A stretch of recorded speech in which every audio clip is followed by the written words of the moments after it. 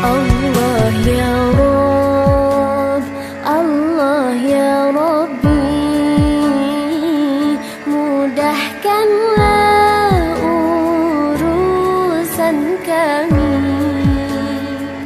agama kami, dunia kami.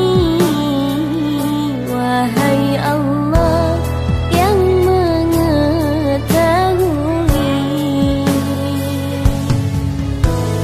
buka hati kami, buka hati kami untuk membaca Al-Quran.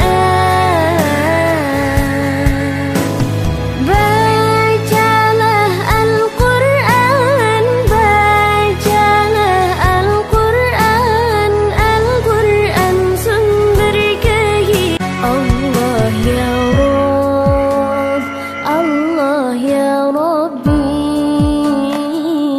mudahkanlah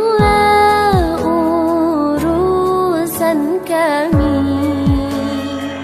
agama kami.